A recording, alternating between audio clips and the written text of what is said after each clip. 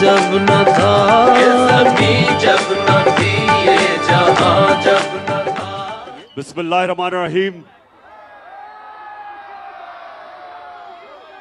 इय्याका नअबुदु व इय्याका नस्तईन।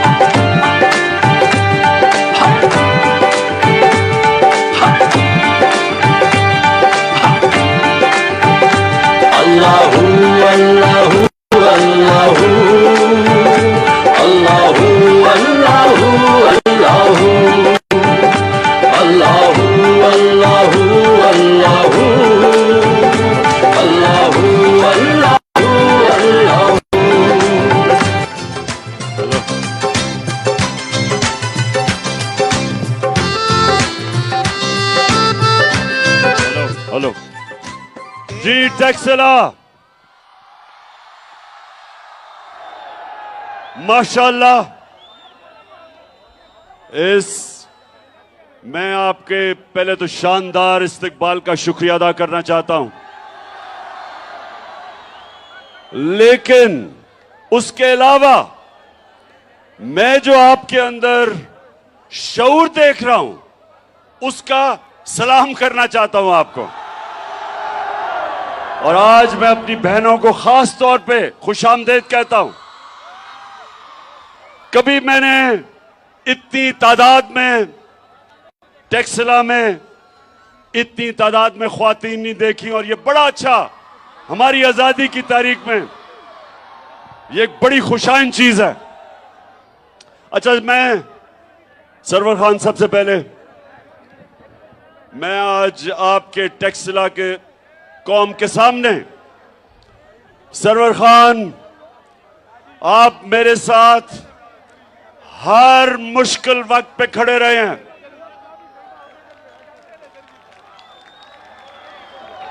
धरने में आप खड़े रहे, और जब लोगों के ज़मीर का सौदा हो रहा था, लोटे बनाए जा रहे थे, सरवर खान आप मेरे साथ खड़े रहे।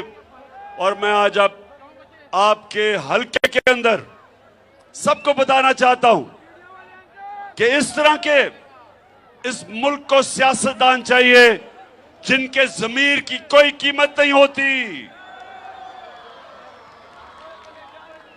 अच्छा टेक्सला, मैं सबसे पहले तो मैं जरा आज इस अमरीकी इंपोर्टेड उनके गुलामों की हुकूमत को एक मैसेज पहुंचाना चाहता हूं।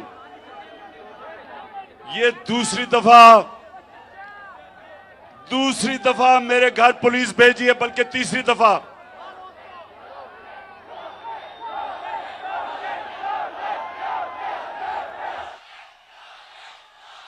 तो इंपोर्टेड हुकूमत सुन लो, ये बजाय ये धमकियां देने के पकड़ के जेल में डाल ही दो।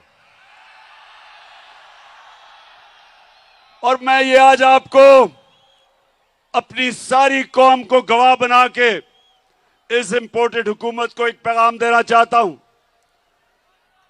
कि इस मुल्क में जो हकीकी आजादी की तहरीक चल पड़ी है, तुम जितने मर्जी लोगों को जेलों में डालोगे, तुम्हारे पास इतने जेल नहीं। कौम तैयार है, मैं भी तैयार हूं, जेलों के लिए मेरी कौम भी तैयार है। ना हमें तुम्हारे जेलों से कोई खौफ है, ना तुम्हारी नामालूम टेलीफोन की धमकियों से कोई खौफ है, और ना ये जो हर दूसरे दिन हमें डराने की कोशिश की जाती है। सब सुन लो, पाकिस्तानी कौम ने खौफ का बुत तोड़ दिया है। ला इलाहा इल्लल्लाह मेरी कौम के दिलों में चला गया है। जिसके दिल में ला इलाहा इल्लल्लाह चला जाए, जिसका ईमान ला इलाहा इल्लल्लाह पे खड़ा हो जाए, वो किसी के सामने सिवाय अल्लाह के झुकता नहीं है। तो ये कौम आज तैयार है, मेरी कौम तैयार है। पहले बताओ, टेक्सला तैयार हो?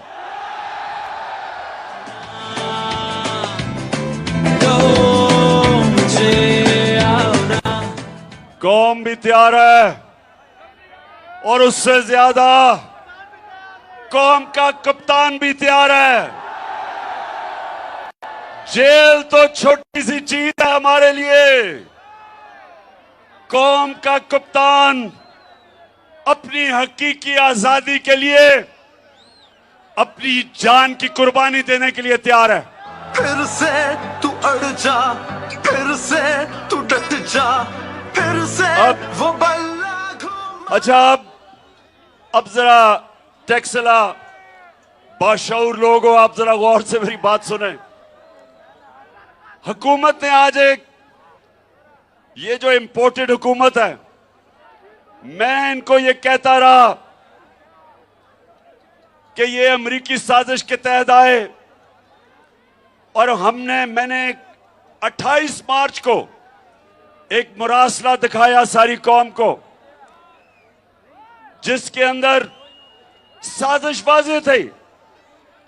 कि साजिश क्या थी? कि अमेरिकी अंडर सेक्रेटरी ऑफ स्टेट ने हुक्म दिया पाकिस्तानी एम्बेसडर को कि इमरान खान को हटाया जाए अदम एतमाद में,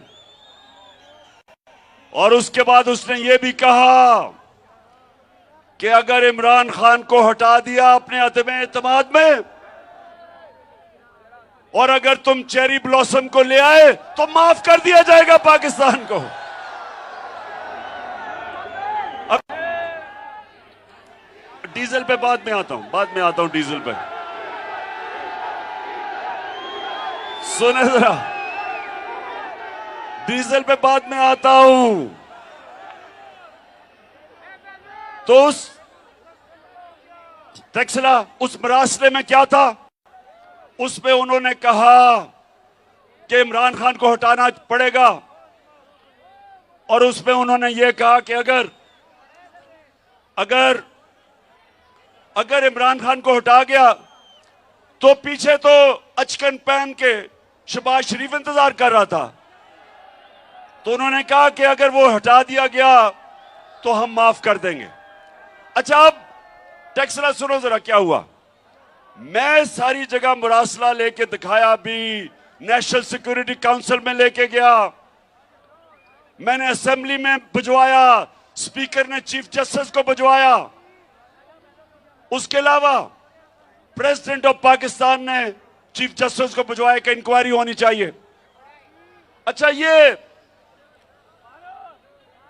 जो इंपोर्टेड हुकूमत थी, ये बार बार कहें कि कोई मुरासला नहीं है, इन्होंने कहा कि कोई खत नहीं है, और इनकी जो सबसे बड़ी स्पोक्स पर्सन मरियम, उसने कहा ये झूठ है। तो अब अच्छा, इनके साथ मीडिया भी मिल गया, इनके जो लिफाफे वाले पैसे लेके जमीर बेचने वाला जो मीडिया के लोग थे, उन्होंने भी कहा मुरासला नहीं है। फिर क्या हुआ? और मीडिया इनके कंट्रोल में, मीडिया मीडिया में जो हमारी हिमायत करता है उनको धमकियां, सोशल मीडिया के ऊपर पकड़ के नौजवानों को जेलों में। तो इन्होंने कहा कि जनाब कोई मुरासला नहीं है और वो दब गया। अब मैं चेरी ब्लॉसम साहेब आपका शुक्रिया अदा करता हूं, और मरियम जो सच नहीं बोल सकती आपका भी शुक्रिया अदा करता हूं कि इन्होंने मुरासले को उठा दिया। अब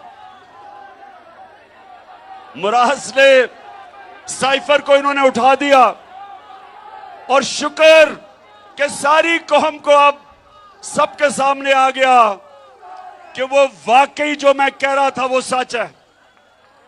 अब नहीं नया ड्रामा हो रहा है, मेरी बात सुनो। नया ड्रामा क्या है कि वो जी साइफर गुम गया है।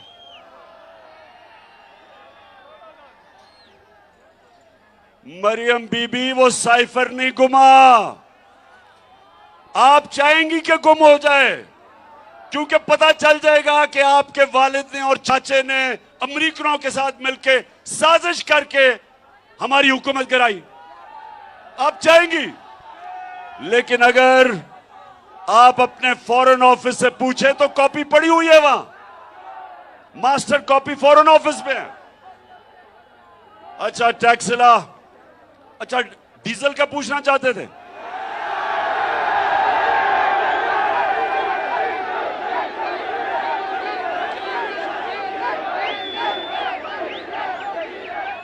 डीजल का अब ये हुआ क्या है? हमारी हुकूमत कराई गई। नौजवानों पता है इन्होंने किस वजह से कहा कि जनाब इमरान खान की हुकूमत को जाना चाहिए? क्या वजह थी? महंगाई। इन्होंने कहा इमरान खान ने महंगाई कर दी, और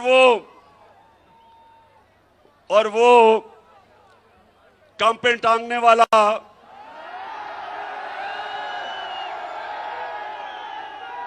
उसने महंगाई मार्च कर दी। वो महंगाई मार्च बेचारे सिंध के गरीब लोगों के पैसे के ऊपर उसने करोड़ों रुपया खर्च करके इस्लामाबाद पहुंच गया महंगाई मार्च पे। लेकिन लोगों को सिर्फ याद आया, एक नया लफ्ज उसने निकाला, कांपे टांग रही है।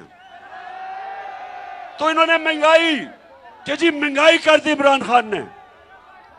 तो अब टैक्सला 5 महीने के अंदर इस मुल्क में 50 साल के बाद सबसे ज्यादा महंगाई हुई है। जिन जिन के घरों में बिजली के बिल आए हैं, बिजली दुगनी से भी बढ़ गई है। गैस सर्दियों में 250% बढ़ने वाली है। आटा जो 55 किलो का 55 रुपए का 1 किलो था, 55 रुपए किलो आटा हमारे दौर में आज 100 रुपए से ऊपर निकल गया। हमारे जमाने में आलमी मंडी में तेल हमारे जमाने में $100 से $115 पे था, और हमारे जमाने में पेट्रोल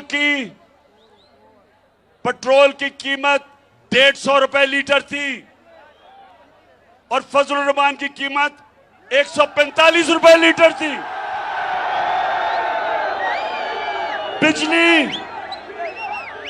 बिजली 16 रुपए यूनिट थी। आज बिजली पहुंच गई है 36 रुपए यूनिट, और टैक्स लगा के 50 रुपए से ऊपर चली गई है। आज टैक्सला आज पेट्रोल चला गया 236 रुपए लीटर, और फजल रहमान चला गया 250 रुपए लीटर। आज अवाम के ऊपर वो महंगाई है, तनख्वाहदार तबका आज गुजारा नहीं कर सकता। आज मजदूर हमारे आज हमारे सरकारी नौकर, पुलिस वाले, सारे पाकिस्तान के तनख्वाहदार लोग, आज उनकी तनख्वाहें पूरी नहीं हो रही। ये इन्होंने तोहफा दिया है महंगाई का। और उसके अलावा हमारी मायशत, जो हुकूमत की इकोनॉमिक सर्वे के मुताबिक 17 साल में बेहतरीन ऊपर जा रही थी, आज नीचे तेजी से जा रही है। महंगाई उस्मानों पे, बेरोजगारी बढ़ रही है, मायशत नीचे। और ये था तोहफा इस इंपोर्टेड हुकूमत का। और इसलिए मैं टेक्सला आपके पास क्यों आया हूं, मैं सारे पाकिस्तान में क्यों जा रहा हूं, कि ये वक्त है कि मेरी कौम इस जुल्म के निजाम के खिलाफ खड़ी हो। इन लोगों ने सिवाय महंगाई, बेरोजगारी, मायशत की तबाही एक काम किया है, अपने करप्शन के केसेस माफ करवा रहे हैं। शहबाज शरीफ 16 अरब रुपए का FIA का चोरी, 8 अरब रुपए TT के केस नैब में, नैब भी अपनी हो गई, FIA भी अपनी हो गई और केसेस इनके खत्म हो रहे हैं। वो मरियम मैच फिक्स हुआ, प्रोसिक्यूशन भी अपनी और अपना केस माफ करवा लिया, कानून बदल दिए। मैं टेक्सला के लोगों और पाकिस्तान के लोगों जो देख रहे हो, आज सब एक चीज समझ जाओ, टेक्सला एक चीज समझ जाओ, मेरी बहनें आप भी समझ जाएं कि क्यों मैं इस कौम को निकालने लगा हूं सड़कों पे। मैं क्यों निकालने लगा हूं? इसलिए कि इन्होंने अपनी चोरी बचाने में इस मुल्क का इतना बड़ा नुकसान किया है। इन्होंने जो कानून बदले हैं, इससे ताकतवर लोग जब चोरी करेंगे वो पकड़े नहीं जा सकते। व्हाइट कॉलर क्राइम होती है ताकतवर लोग जब चोरी करते हैं। इन्होंने कानून ऐसे बना दिए हैं कि आज जो भी पैसे वाले लोग मुल्क से पैसा चोरी करके मुल्क से बाहर भेजेंगे, अब पाकिस्तान का कानून उनको नहीं पकड़ सकेगा। अब सिर्फ छोटे चोरों को पकड़ेगा। अब पकड़ेगा भैंस चोर या साइकिल चोर या मोटरसाइकिल चोर। बड़े बड़े डाकू नहीं पकड़ सकेगा अब हमारा कानून। और इसलिए मेरे नबी सल्लल्लाहु अलैहि वसल्लम ने कहा था कि जो कौमें छोटे चोरों को पकड़ती हैं और बड़े डाकुओं को नहीं पकड़ सकती, वो तबाह हो जाती है, वो कौमें तबाह हो जाती है। और ये जो अब जिस तरफ ये पाकिस्तान को लेकर जा रहे हैं, मुल्क अपनी तबाही की तरफ जा रहा है। और मैं सबसे पूछता हूं, जो इन चोरों को रोक सकते थे, जो इस साजिश को कामयाब होने से रोक सकते थे, मेरा सबसे सवाल है कि क्या आप अगर यह समझते हैं कि कौम आपको माफ कर देगी, कि आप कहें जी हम न्यूट्रल हैं, कौम नहीं माफ करेगी। टेक्सला, क्या आप माफ करेंगे उन लोगों को जिन्होंने इन टाकों को आने दिया? क्या मेरी बहनों मुझे बताएं, क्या आप अपने चौकीदार को माफ करेंगे? नहीं। अगर आपके घर पे डाका पड़े और चौकीदार कहे मैं न्यूट्रल हूं, आप माफ करेंगे? मुल्क तबाही की तरफ जा रहा है, मायशत तबाह कर दी, लोगों को महंगाई की दलदल में फंसा दिया और इन चोरों को ऊपर बैठा के इनके केसेस माफ हो गए और हम कहें जी मैं तो न्यूट्रल हूं। मुल्क तबाही की तरफ जा रहा है, कौम सब उन लोगों की तरफ देखती है, उन इदारों की तरफ देखती है जो इनको रोक सकते थे, इन चोरों को। और जो ये देख रहे हैं कि एक के बाद दूसरा वो इसहाक डार आ गया है। इसहाक डार का मैं आपको बता दूं, दुनिया में मैंने बड़े बड़े बुज़दिल लोग देखे हैं। नवाज शरीफ बड़ा बुज़दिल आदमी है जो हमेशा बाहर भाग जाता है, मुल्क में पैसा चोरी करने आता है और जैसे ही कोई इसको पकड़ने लगता है बाहर भाग जाता है, फिर एनआरओ लेके वापस आ जाता है। लेकिन अगर नवाज शरीफ से भी मैंने कोई बुज़दिल आदमी देखा है, उसका नाम है इसहाक डार। जो वो बिरावल कहते हैं ना, काम पे टांगती हैं, वो डार की काम पे टांगती है। और मैं मान ही नहीं सकता, मैं सारी कौम के सामने कह रहा हूं कि जब तक इससे डील नहीं हुई और इसको ताकतवर हलकों ने इसको एनआरओ की डील नहीं दी, उन्होंने इसको दिलासा नहीं दिया कि फिक्र ना करो तुम्हें नहीं पकड़ा जाएगा, तब तक वो गीदड़ कभी नहीं आ सकता था पाकिस्तान। तो मैं आज फिर कहता हूं कि ये मेरे नबी सल्लल्लाहु अलैहि वसल्लम ने एक कौम की तबाही का रास्ता बता दिया था आज से 1500 साल पहले, कि जो कौमें बड़े बड़े डाकुओं को नहीं पकड़ सकती और सिर्फ छोटे चोरों को पकड़ती है, वो मर जाती हैं, कौमें तबाह हो जाती हैं। ये है हमारी तबाही का रास्ता कि चुन चुन के ये डाकू अरबों रुपए की चोरी इन्होंने किया। इन्होंने जो एनआरओ लिया है, टैक्सला जो इन्होंने एनआरओ लिया है यानी चोरी माफ करवाई है, वो इस कौम का कितना पैसा था? 1100 अरब रुपया, 1100 अरब रुपया इस कौम का माफ करवाया है। और अगर इसके ऊपर मेरी कौम मेरे साथ नहीं निकलेगी तो कौम का कोई मुस्तकबिल नहीं है।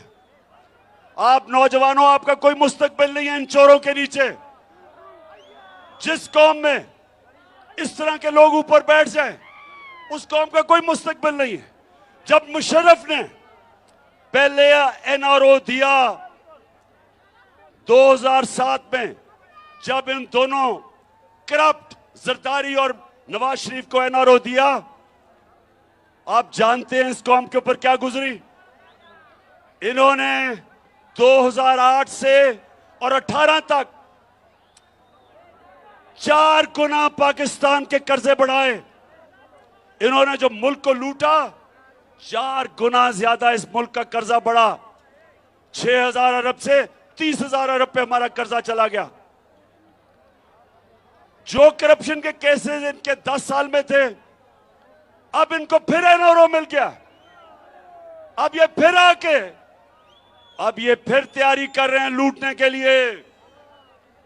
मरियम क्या कहती शहबाज शरीफ को कि अंकल मेरे दामाद का 60-70 करोड़ रुपया जो ग्रिड स्टेशन उसकी हाउसिंग सोसाइटी में बना था, वो उससे माफ करके कौम के टैक्स के पैसे से वो पैसा दिलवाओ।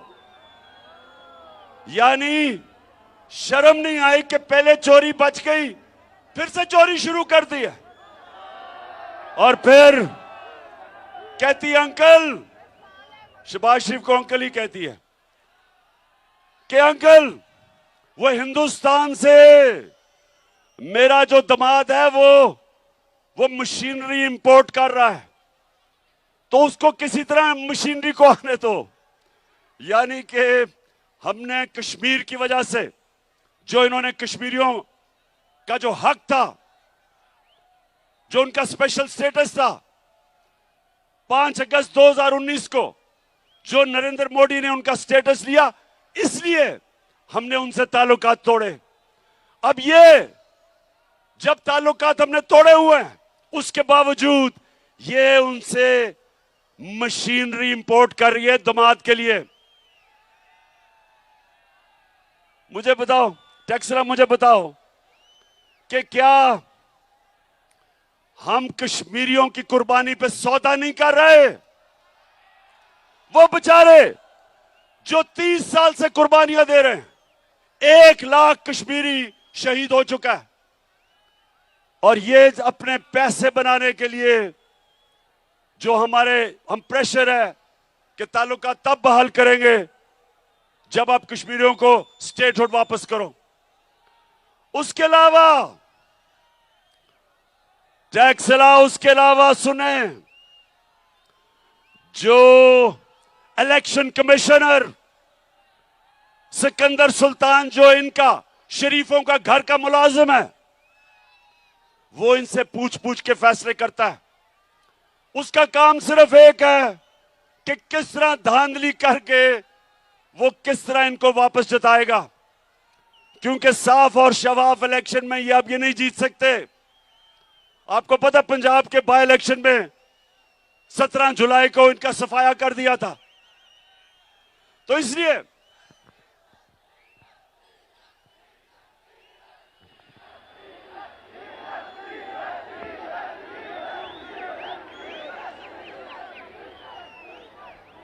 हाँ, तो टैक्सला आप पहले बताओ, तैयार हो आप? को कर बुलंद इतना कि हर तकदीर से पहले खुदा बंदे से ये पूछे, बता तेरी रजा क्या है। खुदी को कर बुलंद इतना कि हर तकदीर से पहले खुदा बंदे से ये पूछे, बता तेरी रजा। हाँ टैक्सला, अच्छा टैक्सला थके तो नहीं? हाँ मैं बस चेक कर रहा था। बहनें तो इधर बिल्कुल नहीं थकी, माशाल्लाह, जुनून उनका कायम है। अच्छा टैक्सला, अब मैं आप सबके सामने जो मेरा प्लान इस मुल्क में हकीकी आजादी के लिए, जो मैं अब मार्च इस्लामाबाद की तरफ जो मेरा प्लान बन रहा है, उसमें मैं आप सबको शामिल करना चाहता हूं। आपने सबने तैयारी करनी है, सबने तैयारी करनी है, क्योंकि टैक्सला जंजीरें गिरती नहीं है, जंजीरें गिरती नहीं है, तोड़नी पड़ती है। रोक सको तो रोक लो, तब्दीली आई रे, तब्दीली आई रे, तब्दीली आई रे, मुंह काला कर का। टैक्सला, आजादी, आजादी कोई प्लेट में रख के नहीं देता, आजादी छीननी पड़ती है। ये जो ऊपर मुसल्लत किए हुए हैं और जो इनके हैंडलर्स हैं, सब तैयार हो जाओ।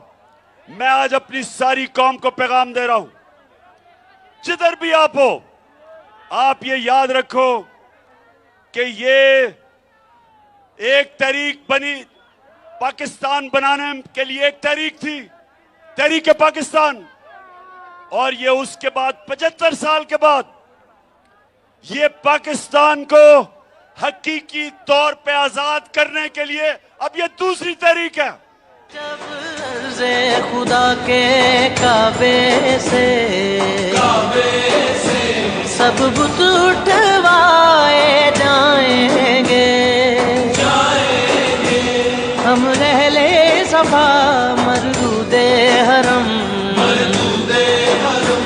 मसनद पे बिठाए जाएंगे, सब ताज उछाले जाएंगे, सब तख्त गिराए जाएंगे, हम देखेंगे, लाजिम है कि हम भी देखेंगे, हम देखेंगे।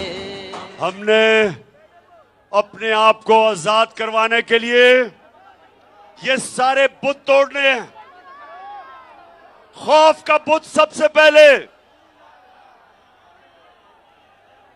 और ये जो चोर हमारे पर मुसल्लत किए हैं, इनसे अपने आप को आजाद करने के लिए, हमेशा के लिए ये हमारा दूसरी मिशन है। और तीसरी चीज, मुल्क में सुन लो टैक्सिला, कानून की बालादस्ती कायम करने के लिए, जिसको कहते हैं रूल ऑफ लॉ, इंसाफ लाने के लिए आज तक क्यों नहीं इंसाफ आया? क्यों नहीं इंसाफ आया आज तक पाकिस्तान में? क्योंकि ताकतवर अपने आप को कानून के नीचे नहीं लाना चाहता, वो अपने आप को कानून से ऊपर रखना चाहता है। मेरे नबी सल्लल्लाहु अलैहि वसल्लम के पास जब लोग आए और उन्होंने कहा कि ऐ नबी, एक कुरैश की लड़की को चोरी करने पर सजा मिल गई है। उन्होंने कहा कुरैश की लड़की को चोरी के ऊपर सजा मिल गई है, तो नबी इसको माफ कर दें। तो मेरे नबी सल्लल्लाहु अलैहि वसल्लम ने कहा कि मेरी अगर बेटी भी होती उसको भी मैं सजा देता, कानून के ऊपर कोई नहीं। यानी रूल ऑफ लॉ। जो कौम, पाकिस्तानियों सुन लो, कौमें जो खुशहाल हैं, कौमें जो तरक्की कर रही हैं, उन सारी कौमों के अंदर कानून की बालादस्ती है। और जो कौमें गरीब हैं, जो कौमें